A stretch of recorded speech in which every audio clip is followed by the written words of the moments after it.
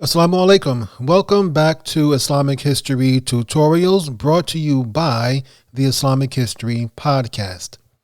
Today we are going to talk about Prophet Muhammad's children, sallallahu alaihi wasallam.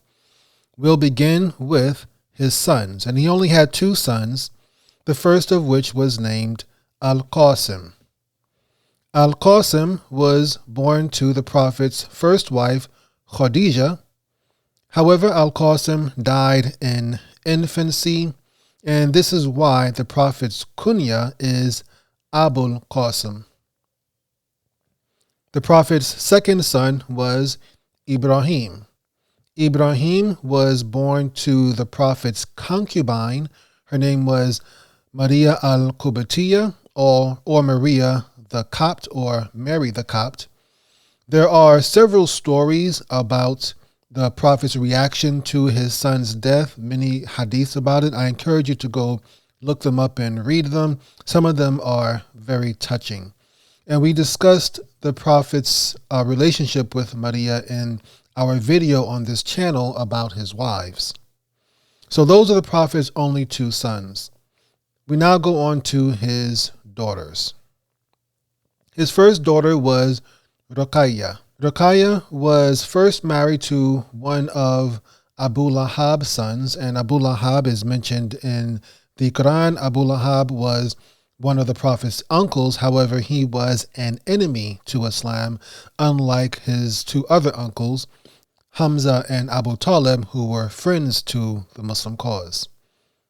Abu Lahab, however, pressured his son to divorce Rakaya after the Prophet ﷺ began to preach Islam in Mecca. Later on, she married the Prophet's companion, Uthman ibn Affan, and they migrated to Medina with the Prophet. She fell sick before the Battle of Badr, and she died shortly after the Battle of Badr. The Prophet gave Uthman ibn Affan permission or excused him from participating in the Battle of Badr to allow him to take care of his wife. The Prophet's second daughter was Kulthum. Kulthum was also married to one of Abu Lahab's sons. However, just like Rakaya, Abu Lahab forced his son to divorce Kulthum once the Prophet began preaching Islam. After her sister Rakaya died, Kulthum married Uthman ibn Affan. The Prophet's third daughter was Zaynab.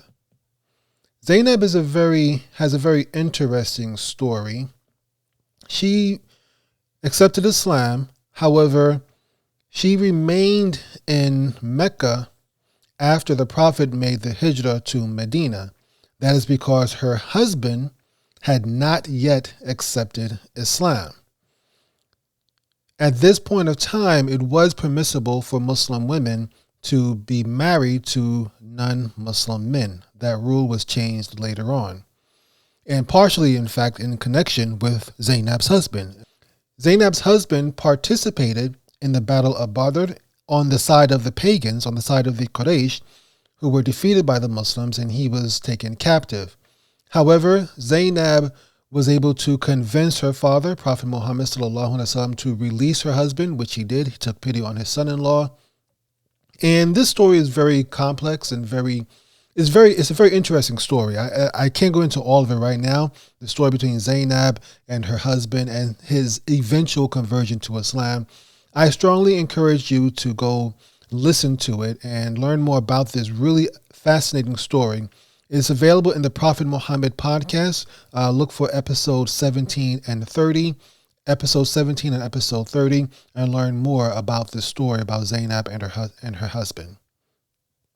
The Prophet's fourth and youngest daughter was Fatima. She may have very well have been the Prophet's favorite child of all. Fatima is almost certainly the most famous of all the Prophet's children. Even non-Muslims know who Fatima is. Fatima married the Prophet's cousin, who was also her cousin, Ali ibn Abi Talib, whom we'll speak about in a few minutes. And they gave birth to two sons. This was Hassan and Hussein, All four of these figures, Fatima, Ali, Hassan, Hussein, they all play big roles in the history of Islam. So those are the Prophet's children, both his biological children, both his sons and his daughters. But there are also other children who lived in the Prophet's household who were not his biological children. First, there was Ali ibn Abi Talib. Ali was the Prophet's cousin, as we mentioned. He was Ali's father. Abu Talib was the brother of the Prophet's father, Abdullah, making Ali and Muhammad, Prophet Muhammad sallallahu alaihi wasallam, cousins. Ali moved into the Prophet's house at a very young age, however. At the time that he moved in, well, the reason why he moved in was because his father had fallen on hard times. Later on, when he became an adult, Ali married Fatima. Considering they were roughly around the same age, they grew up in the same house, so they probably fell in love at a young age.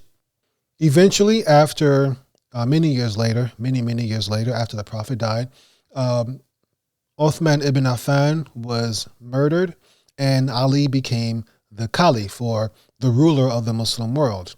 However, he had a very turbulent reign, and much of it is discussed in this channel. But if you want to hear more about it, you can, of course, subscribe to the Islamic History Podcast. This is all covered in the Islamic History Podcast Season 2.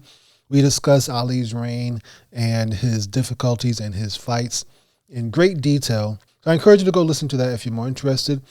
Ali's life, or his assassination, I should say, is specifically covered in Islamic History Podcast Season 2, Episode 21.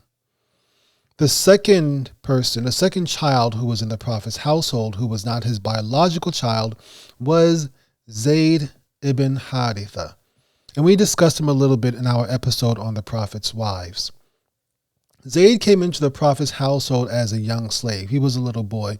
And there are some reports that Khadijah bought Zayd as a slave into the Prophet's household to help console the Prophet after the death of his son Al-Qasim. And Allah knows best if that is true. Nonetheless, the Prophet ﷺ eventually freed Zayd as a young child. Within barely a year of him coming into his household, the Prophet ﷺ freed Zayd and then adopted him as his son. And we discussed this a little bit in our episode on the Prophet's wives.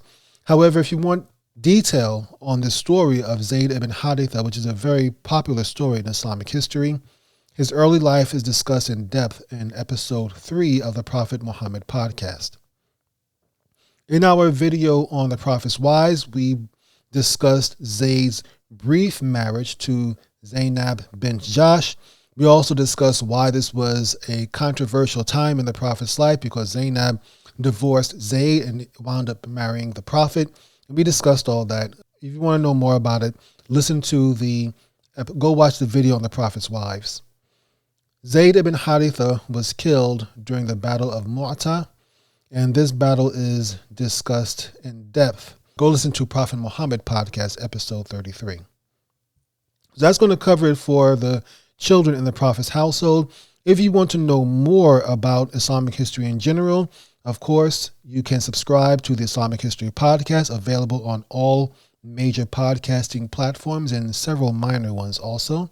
If you want to know more about the Prophet's life, I encourage you to subscribe to the Prophet Muhammad podcast, which is again available on all major podcasting platforms and most minor ones. And if you want a little bit more than what you can get in these two podcasts, and get a lot in these, you can become a member at IslamicHistoryExclusive.com. And you can just get there by going to IslamicHistoryX.com. We have both free and paid memberships. The paid membership gives you some exclusive material above and beyond what the free level does. But that's up to you. But it does help support this channel and support the Islamic History Podcast if you do.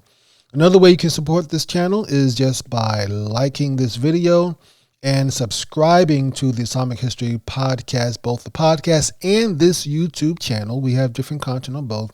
And so you can receive notifications, hit that bell to receive notifications when I release a new video, which I'm trying to do once a week, inshallah.